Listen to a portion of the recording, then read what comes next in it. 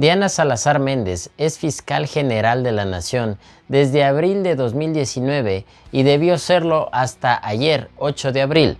Sin embargo, dado que el Consejo de Participación Ciudadana otra vez no cumplió con su trabajo, se prorrogará en funciones. La justificación del organismo para su falta de diligencia es que en enero pasado el Tribunal Contencioso Electoral destituyó a los ex consejeros correístas de la Liga Azul, Eduardo Franco Lor, Augusto Verduga y Yadira Saltos. Dos de esas vocalías fueron asumidas por Piedad Cuarán y Gonzalo Albán Molestina. No obstante, la séptima vocalía todavía se encuentra en pugna entre David Rosero y Óscar Ayerbe.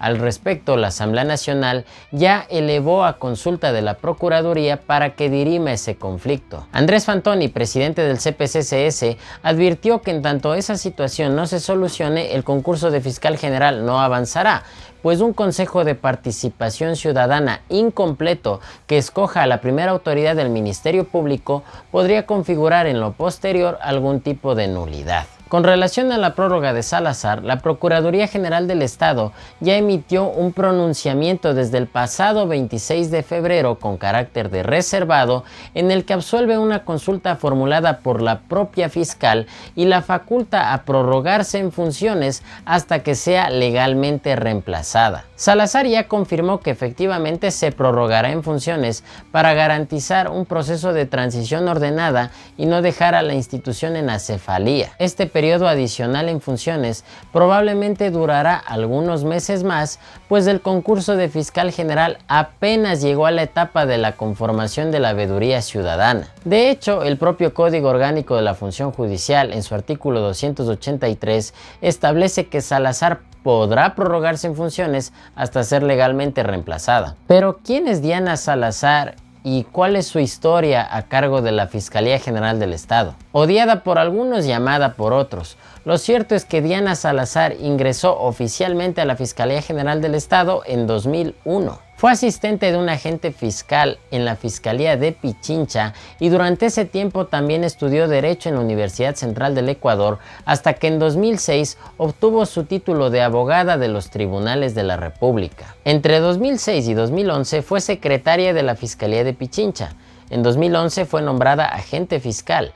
5 años después, en 2016, dirigió la Unidad de Lucha contra la Corrupción de la Fiscalía, lo que la puso a la cabeza de algunas investigaciones importantes en el país. Entre ellas estuvo el denominado caso FIFA Gate, que investigó una red de corrupción transnacional en la que estuvo implicada la Federación Ecuatoriana de Fútbol, además del caso Odebrecht, en el que se develó un esquema de corrupción en el que la constructora pagaba millonarias coimas a altos funcionarios del correísmo, entre ellos el ex vicepresidente Jorge Glass. Precisamente este último caso catapultó la carrera fiscal de Diana Salazar. Fue el entonces presidente del Ecuador, Lenín Moreno, quien en febrero de 2018 designó a Salazar como directora de la Unidad de Análisis Financiero y Económico. Salazar mantuvo ese cargo hasta el 8 de abril de 2019, día en que fue posesionada por la Asamblea Nacional como fiscal general de la Nación, luego de haber ganado el concurso de méritos y oposición organizado por el Consejo de Participación Ciudadana y Control Social transitorio. Ahora bien, en 6 años en funciones, Salazar ha develado importantes estructuras de corrupción y narcodelincuencia en el país. A continuación les presento algunos de los casos más emblemáticos. Caso Sobornos 2012-2016. Proceso por cohecho. La Fiscalía de Diana Salazar comprobó la existencia de una estructura de corrupción que operó de manera paralela a la presidencia de la República de Rafael Correa para el cobro de sobornos de empresarios a cambio de la adjudicación de obras públicas. Ese dinero fue utilizado para el financiamiento de actividades proselitistas. Caso Reconstrucción de Manabí. Proceso por peculado.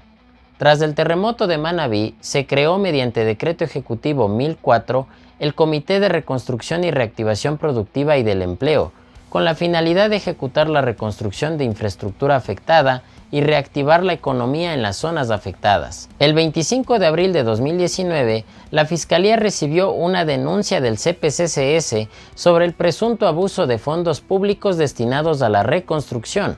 y el 9 de mayo de ese año, la Contraloría General del Estado presentó un informe con indicios de responsabilidad penal en contratos financiados por la Ley de Solidaridad, relacionados con la construcción del Parque Las Vegas en Puerto Viejo y el proyecto Tramo Acceso al Puerto de Manta. El 5 de enero de 2024 se formularon oficialmente cargos por presunto peculado, resultado de lo cual se determinó la prisión preventiva contra Jorge Glass, expresidente del Comité de la Reconstrucción, y Carlos Bernal, exsecretario técnico. Caso Las Torres, proceso por delincuencia organizada.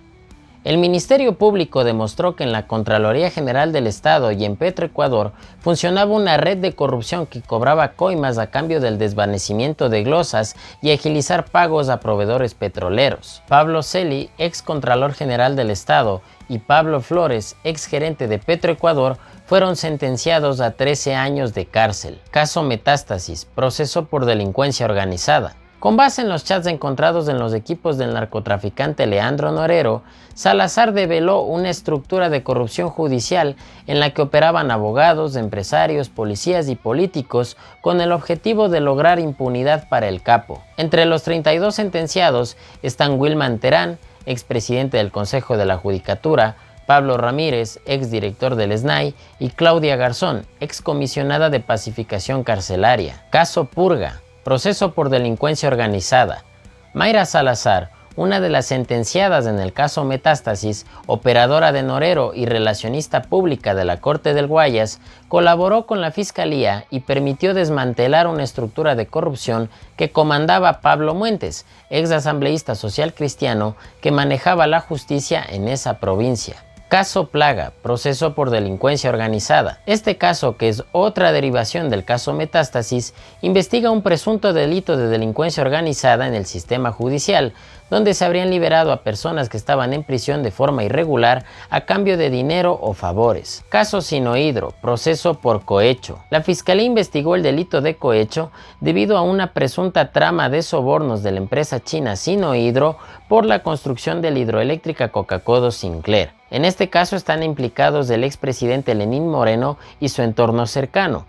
Según la fiscal, en este caso se habrían manejado alrededor de 76 millones en sobornos disfrazados de consultorías. Caso Encuentro, proceso por delincuencia organizada. Dos investigaciones, conocidas como León de Troya y Encuentro, revelan un supuesto esquema de corrupción en la administración pública y empresas estatales liderado por Danilo Carrera, cuñado del expresidente Guillermo Lasso. Carrera fue sentenciado a 10 años de prisión como autor directo del delito de delincuencia organizada. Este es apenas un breve resumen sobre los 6 años de gestión de Diana Salazar a cargo de la Fiscalía General del Estado, una funcionaria cuya independencia respecto del poder ha sido duramente criticada por un sector de la población, así como su trabajo fue respaldado por algunas voces que creen en ella. ¿Ustedes qué opinan?